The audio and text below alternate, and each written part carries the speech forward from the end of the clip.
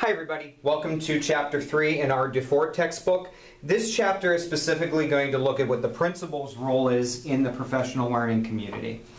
If you buy what I say, then you believe that the principal should have autonomy in running their professional learning community the way that they want to for the population in the building, but they are doing it under watchful eye of central administration and making sure that they're doing what central administration is asking them to do as well.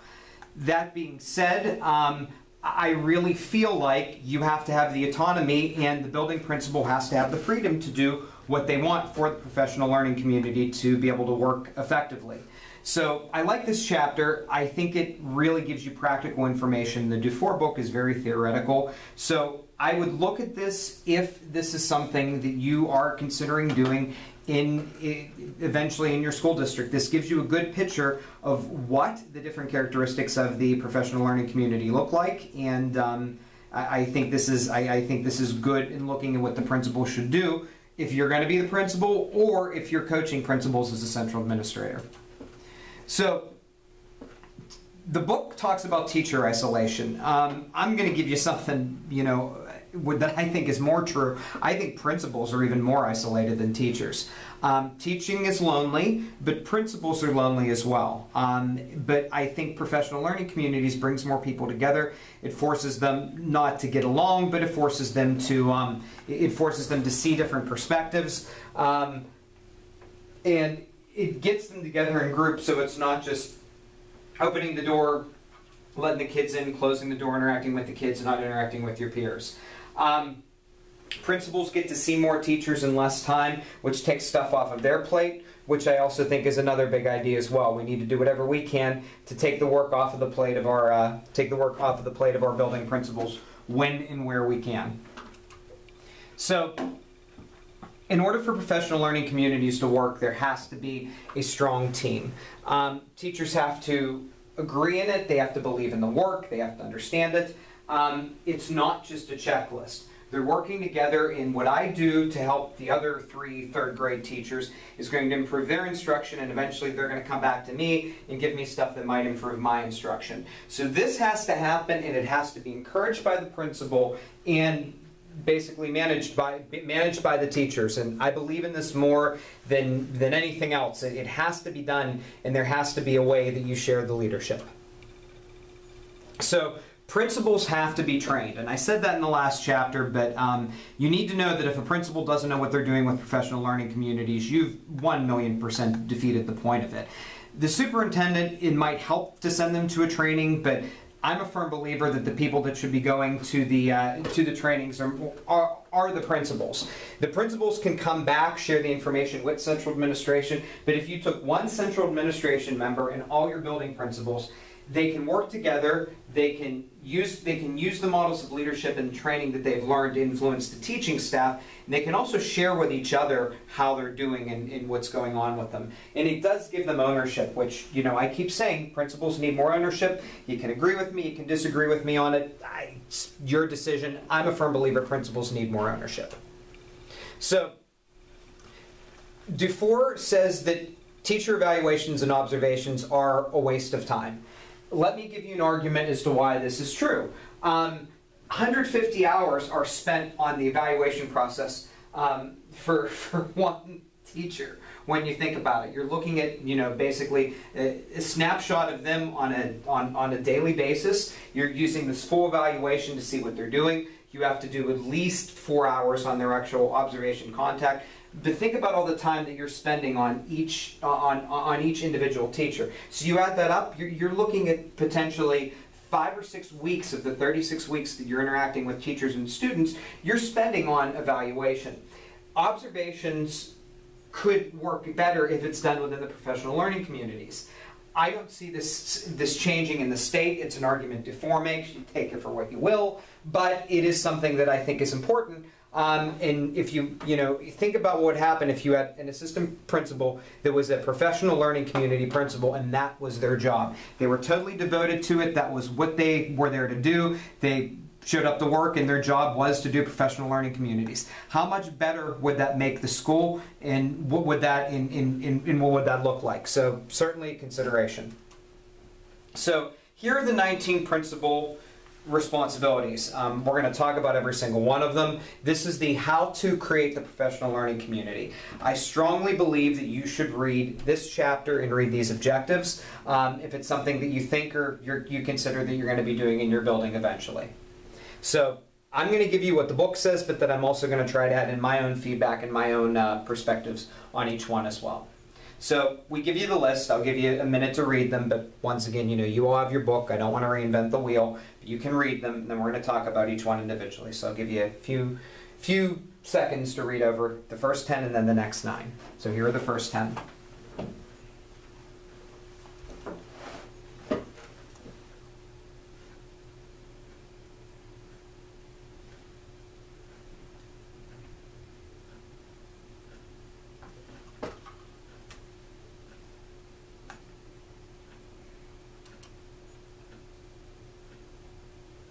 And here are the next 9.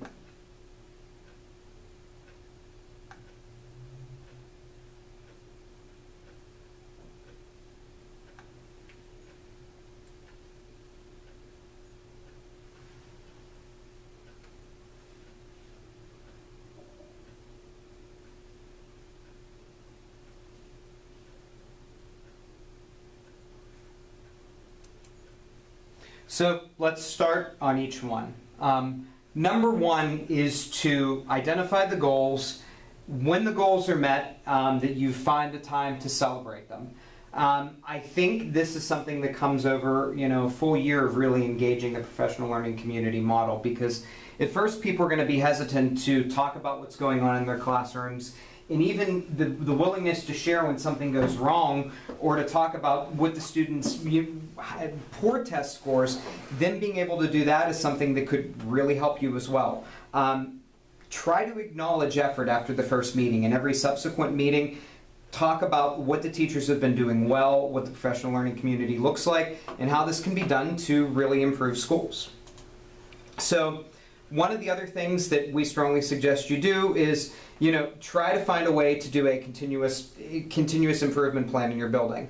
Some of your schools are going to be excellent, because they're so good, you're pretty much going to say in your mind, well, they really don't need improved, and it's difficult for me to argue against that.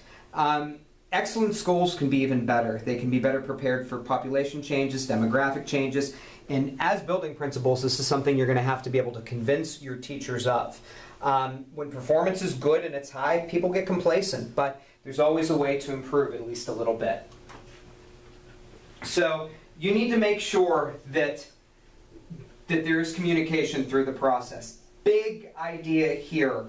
You need to make sure that the principal does not hide in their office.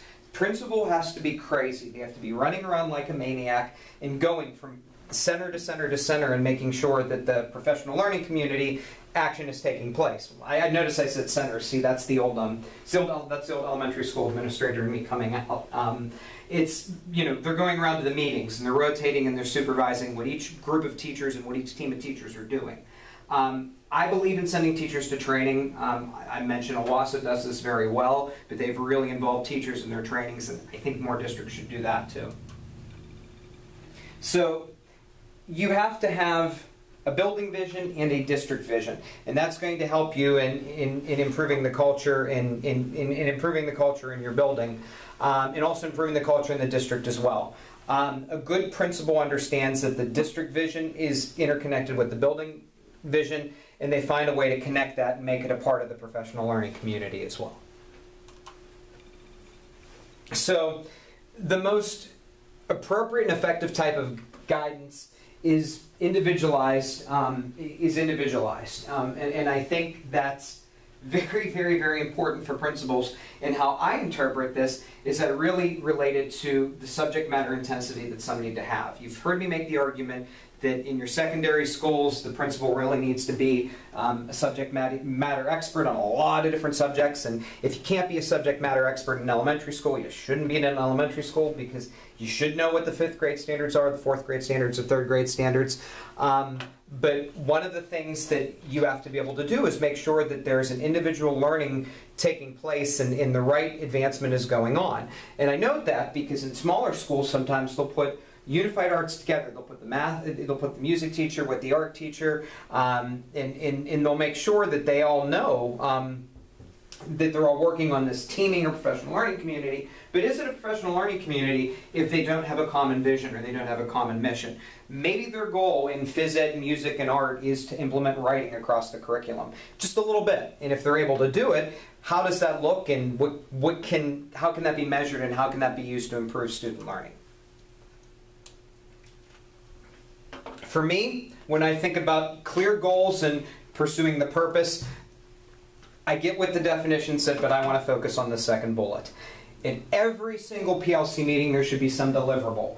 This is what's been done prior to the previous meeting and what's going to be done at the next meeting, and a tangible thing that can be given to all the teachers that are in that meeting. The principal can even photocopy it for the teachers, and also something that the principal has as a tangible is a tangible takeaway as well. So that gets the school's purpose and priorities to the correct level that it needs to be at.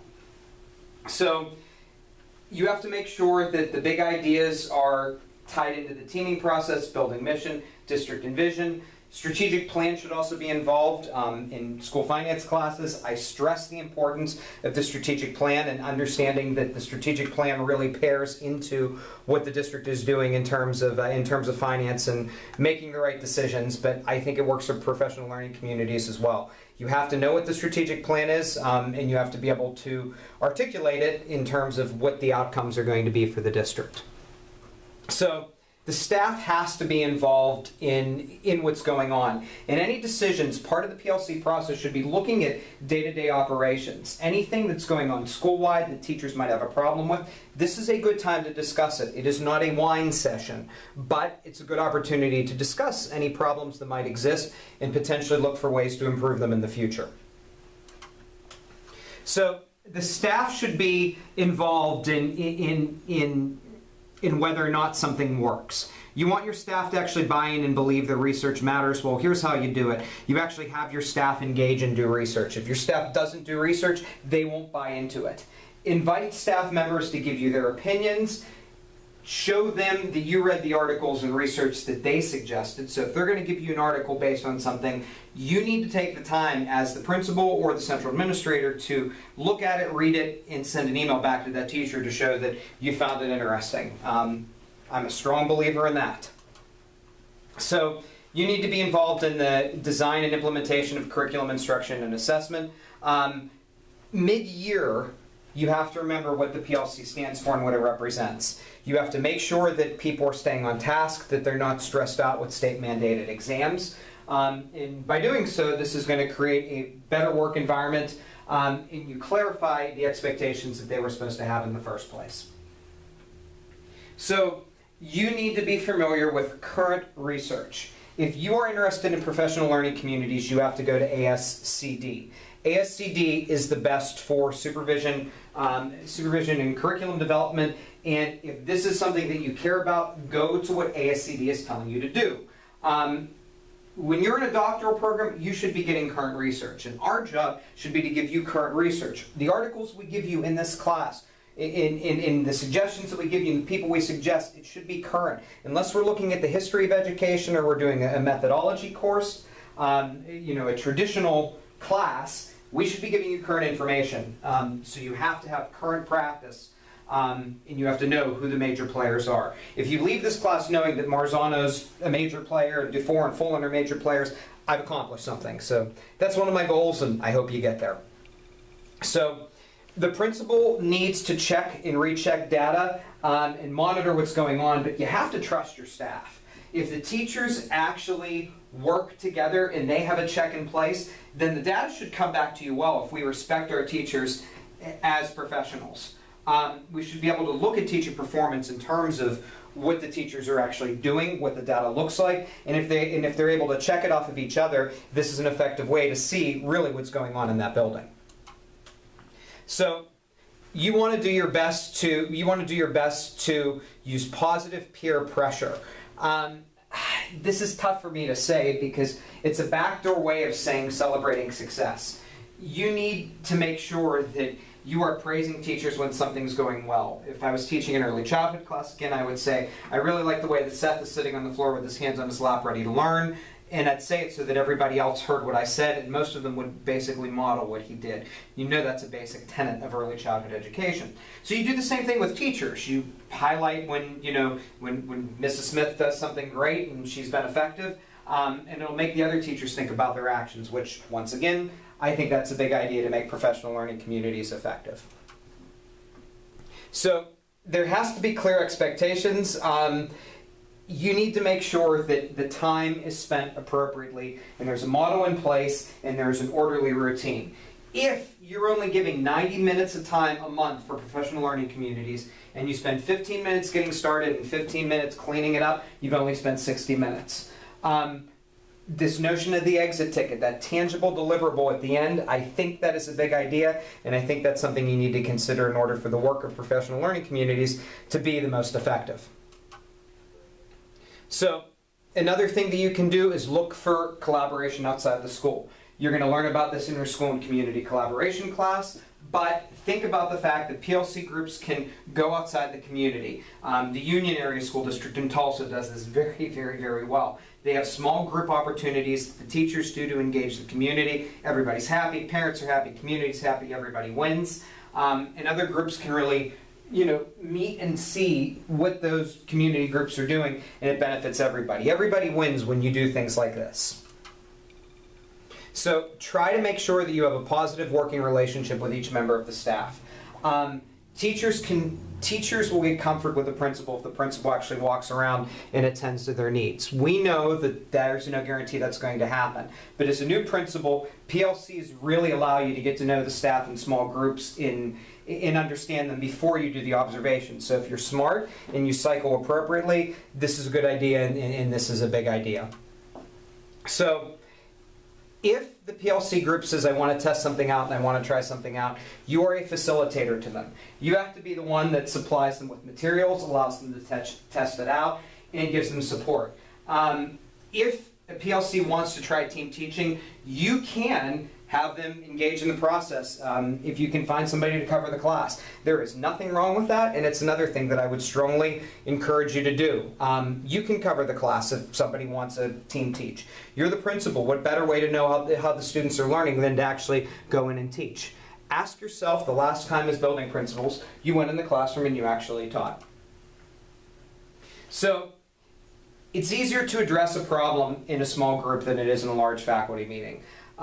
If you can tend to these challenges and these problems, you can alleviate them before other faculty members are involved, which is another big takeaway message of professional learning communities. Try to find ways to see if there's any problems, things that could affect the day-to-day operation of the school, and if you can fix it, that's awesome. So the final thing goes back to the first thing. You have to be visible while the professional learning communities are going on. I don't believe in what DuFour suggests in this quarterly basis. He says at least, I think you can do it every single time you have a meeting. Every single time there's a PLC, you should at least spend 5 minutes with each group, and you should sit down, you should talk with them, ask them what they're doing. Have the assistant principal walk around too. Don't use this as time off. Use it as time to show the teachers that you support them. So the next chapter will look at how we sustain culture in professional learning communities. It's not as content heavy as this last one was, but I think this chapter is a big idea. If I can do anything else to help, as always, let me know. Certainly here to help and want to make sure that we get this concept down and we have a good understanding of it. Thank you.